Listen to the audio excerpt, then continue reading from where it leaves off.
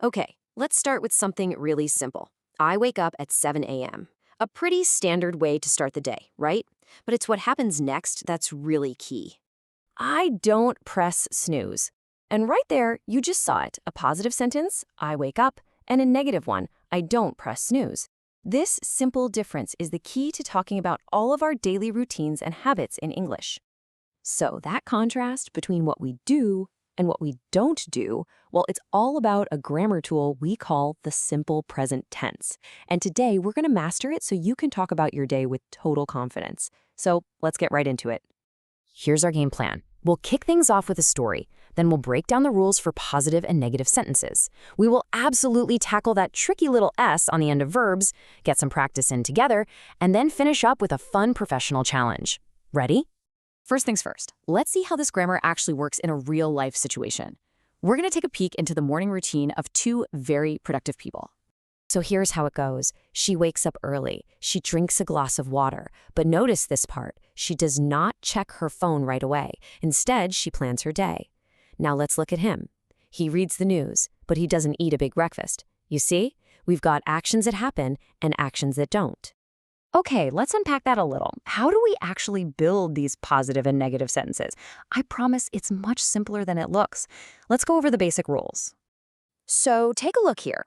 For a positive sentence with I, you, we, or they, it's super easy. You just use the basic verb. I play, you work. But for he, she, or it, we add that little S on the end. He plays. Simple, right? But how do we make it negative? For that, we need a little help. We bring in something called an auxiliary verb, but honestly, I just like to call it a helper verb. It's easier to remember. And for the simple present, our helpers are do and does. They don't really mean anything on their own. Their only job is to pop in and help us make a negative sentence. And this shows the change perfectly. To go from positive to negative, you just take your helper verb, do or does, add the word not, and slide it right in before the main verb. So, I play tennis becomes I do not play tennis. And she plays tennis becomes she does not play tennis. That's the main role right there. Now, let's be real. When we're actually talking to people, we almost always shorten things to sound more natural. So do not becomes don't, and does not becomes doesn't.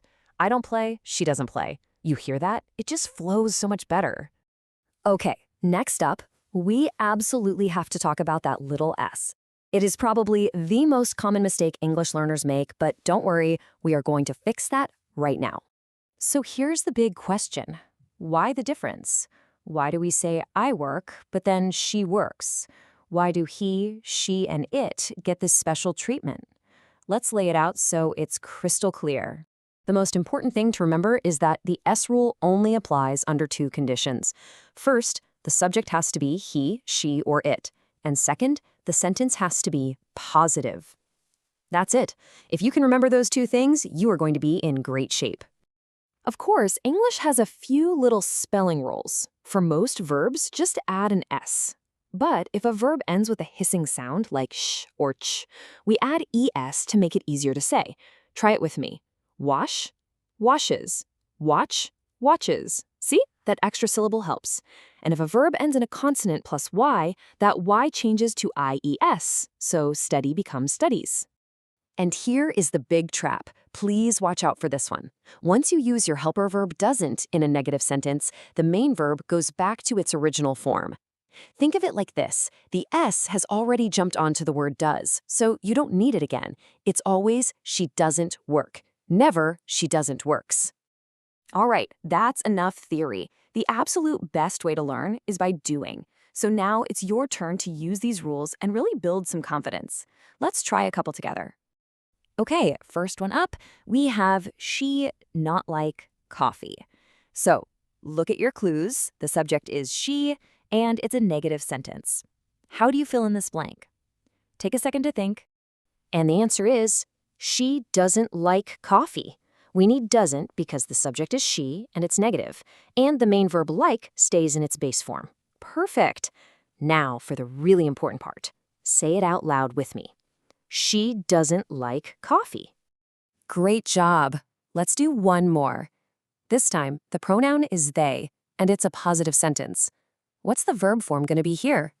That's it. They work in an office. Because the subject is they, we don't need to add an S. You're doing great. Let's say this one out loud too. They work in an office. And here is a fantastic little summary of everything we've covered. Think of it as your own personal cheat sheet. For I, you, we, and they, it's just the verb or don't plus the verb. For he, she, and it, it's the verb with an S or doesn't plus the verb. This is a great one to screenshot for a quick review later on. Okay, you've totally mastered the basics. So let's level up now and apply this to a more professional setting. How does a simple present look when we're talking about work? Look at the language here. The manager, well, that's a he or she, so the verb gets an S. Reviews. She logs on to the team meeting. That's a great phrasal verb. He doesn't delegate that task. And they deal with client emails. You see, it's the exact same grammar we've been practicing, just with more professional vocabulary. We've covered the rules, we've looked at the common mistakes, and we've even practiced with some professional language. But the most important step is making this grammar your own. So my final challenge to you is this. What does your daily routine look like? Try to write just 3 sentences about your morning and make sure you include at least 1 positive and 1 negative sentence. That's truly the best way to make this new knowledge stick.